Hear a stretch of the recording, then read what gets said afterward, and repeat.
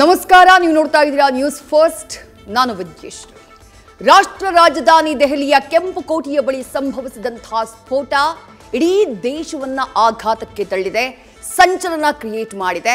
ಈ ಕೃತ್ಯದ ಹಿಂದೆ ಇರೋದ್ಯಾರು, ಈ ಕೃತ್ಯವನ್ನ ನಡೆಸಿದ್ಯಾರು, ಹತ್ತಾರು ಪ್ರಶ್ನೆಗಳು. ಈ ಪ್ರಕರಣಕ್ಕೆ ಸಂಬಂಧಪಟ್ಟ ಹಾಗೆ ಎಲ್ಲ ಆಯಾಮಗಳಲ್ಲಿ ತನಿಖೆಯನ್ನ ನಡೆಸಲಾಗ್ತಾ ಇದೆ. ಮತ್ತೊಂದು ಕಡೆ ಕೇಂದ್ರ ಸರ್ಕಾರ ಹೈ ವೋಲ್ಟೇಜ್ ಮೀಟಿಂಗ್ನ ಕೆಲವೇ ಕ್ಷಣಗಳಲ್ಲಿ ಆರಂಭ ಮಾಡಿದೆ. ಇದೆಲ್ಲದಕ್ಕೆ ಸಂಬಂಧಪಟ್ಟ ಹಾಗೆ ಜೊತೆಗೆ ಘಟನೆಗೆ ಸಂಬಂಧಿಸಿದಂತೆ ಇದುವರೆಗೆ ಸಿಕ್ಕಿರುವಂತಹ ಅಪ್ಡೇಟ್ ಏನು, ಯಾವ ಆಯಾಮದಲ್ಲಿ ತನಿಖೆ ನಡೀತಾ ಇದೆ, ಅದೆಲ್ಲದರ ಮಾಹಿತಿಯನ್ನ ನೋಡ್ತಾ ಹೋಗೋಣ. ಅದಕ್ಕೂ ಮೊದಲು ಈ ಕ್ಷಣದ ಹೆಡ್ಲೈನ್ಸ್.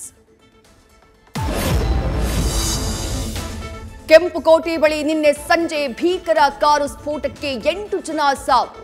ಯುಎಪಿಎ ಕಾಯ್ದೆಯಡಿ ಕೇಸ್ ದಾಖಲಿಸಿಕೊಂಡು ಕೊತ್ವಾಲಿ ಠಾಣೆ ಪೊಲೀಸರ ತನಿಖೆ. 20ಕ್ಕೂ ಹೆಚ್ಚು ಜನರಿಗೆ ಗಾಯ, ಆಸ್ಪತ್ರೆಯಲ್ಲಿ ಚಿಕಿತ್ಸೆ.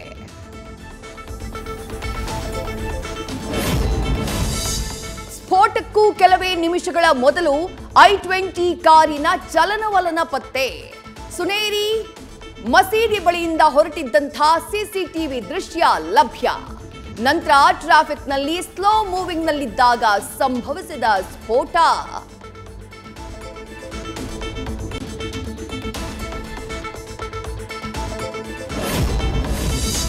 ಚಾಂದನಿ ಚೌಕ್ ಕೆಂಪುಕೋಟೆ ಸುತ್ತಮುತ್ತ ಫುಲ್ ಕಂಟ್ರೋಲ್ಗೆ ತೆಗೆದುಕೊಂಡ ದೆಹಲಿ ಪೊಲೀಸರು. ಘಟನಾ ಸ್ಥಳಕ್ಕೆ ವೈಟ್ ಸ್ಕ್ರೀನ್ ಹಾಕಿ ಬಿಗಿ ಭದ್ರತೆ. ತೀವ್ರವಾಗಿ ನಡೀತಾ ಇದೆ ವಾಹನಗಳ ತಪಾಸಣೆ, ಲಾಡ್ಜ್ನಲ್ಲೂ ಪರಿಶೀಲನೆ.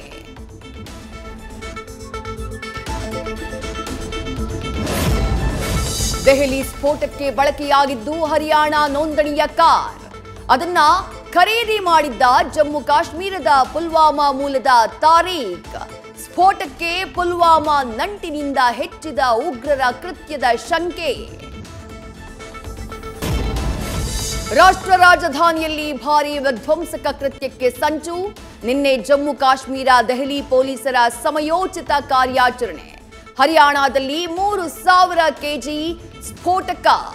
ಕಾಶ್ಮೀರ, ಗುಜರಾತ್ನಲ್ಲೂ ಹಲವು ಶಸ್ತ್ರಾಸ್ತ್ರಗಳು ವಶಕ್ಕೆ.